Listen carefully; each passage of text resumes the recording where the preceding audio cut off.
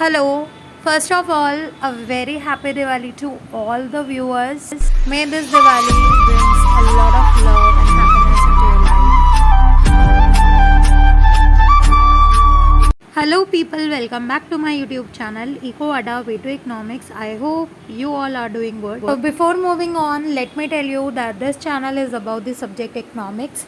और अगर आप इकोनॉमिक्स स्टूडेंट है या इकोनॉमिक्स पढ़ने में इंटरेस्टेड है, make sure you subscribe this channel and don't forget to press the bell icon ताकि आने वाली वीडियोस के आपको नोटिफिकेशन टाइमली मिल जाए.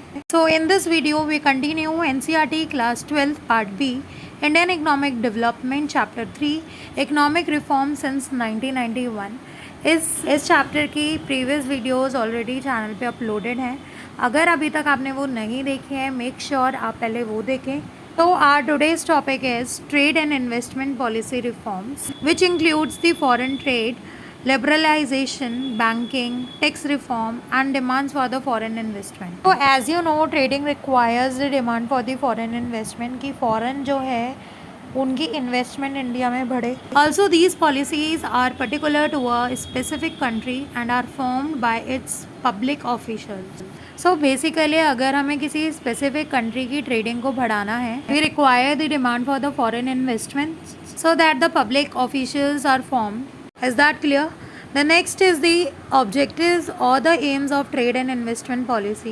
The linkages with other countries increase the competition in domestic industries. Of course, trading और investment जब increase होगी और linkages बढ़ेंगे between the countries, तो competition भी बढ़ेगा. It also enhance the purchasing power of the consumer. Consumer की purchasing power enhance होगी. Third one is the provide explosion to the new products. Market में नए नए प्रोडक्ट्स आएंगे, सर्विसेज आएंगी, न्यू आइडियाज़ होंगे.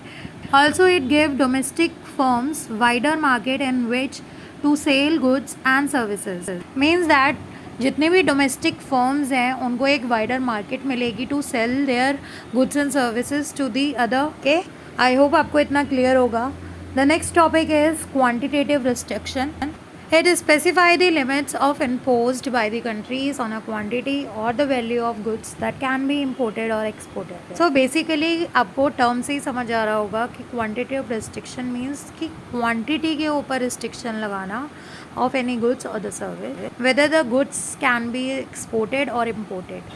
So basically tariff का मतलब क्या है कि imports के ऊपर इतनी restriction लगा देना और control कर देना कि हम इम्पोर्ट्स को प्रेफर ना करें. तो गवर्नमेंट क्या करती है, इतना ज़्यादा टैरिफ को हाई कर देती है कि लोग जो हैं वो इम्पोर्ट्स को प्रेफरेंस ना दें.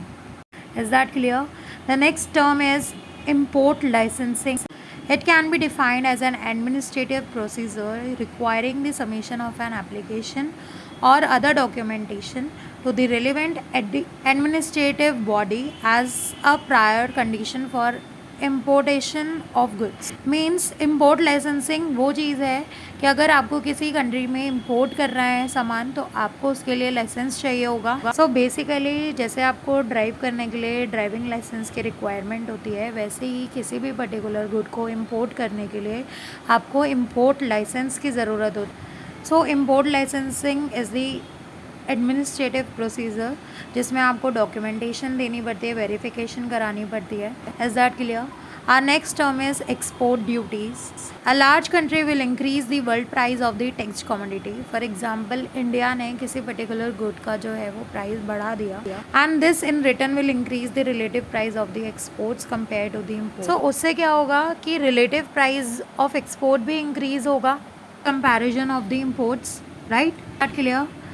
इस वीडियो में इतना ही. Thank you so much for watching this video. Comment down if you have any query regarding this video. Make sure you like subscribe the channel. Do comment in the comment box कि आपको video कैसी लगी.